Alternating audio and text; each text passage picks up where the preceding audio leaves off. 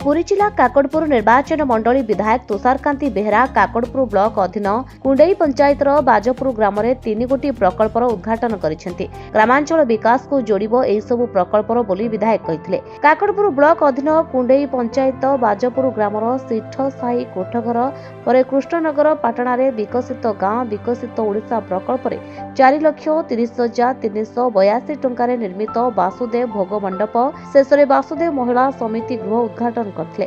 एही समस्त शुभ उद्घाटन रे काकड़पुर निर्वाचन मंडली विधायक तुषारकांति बेहरा, पुरी जिला परिषद उपाध्यक्ष स्वाधीन कुमार नायक, काकड़पुर ब्लॉक अध्यक्ष श्रीधर नायक, काकड़पुर BDO Narayan Dikshi, 7 number zone जिला परिषद संयुक्ता दीक्षी, कुंडेई समिति सभ्य प्रमोद किशोर दास, सरपंच प्रभाती राउत प्रमुख उपस्थित थिबा बेले परिचालन रे आशीष कुमार बेहरा, मनोज कुमार सेठी, तापस कुमार मल्लिक, सुचित्रानंद साहू सह स्थानीय अंचल शताधिक महिला बुद्धिजीवी प्रमुख उपस्थित थिले।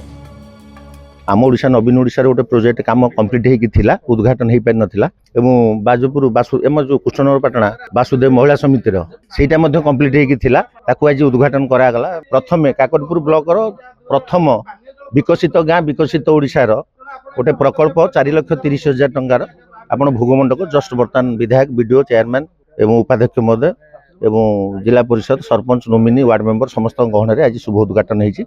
आम ग्रामवासी मान तरफ आम समस्त बहुत आज खुशी अच्छे। आज आम 2026 5 तारिख में सब अधूरा कम था सेगुड़ा सुसंपूर्ण कराला।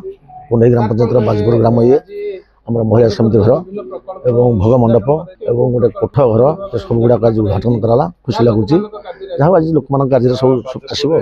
देखो ये कम गुड़िक सबूक सरी नाला आमर टे रही उद्घाटन हो नाला। बाजपुर आज 3टी अच्छी भोग मंडप ता सहित महिला मानकर बसवाई गोटे कोठ घर आ गोटे कम्युनिटी हॉल ये 3टा आज शुभ उद्घाटन कराई।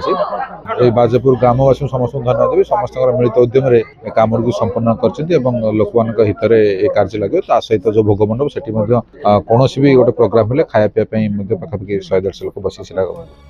काकड़पुर मलय बेहरा रिपोर्ट संचार लाइव।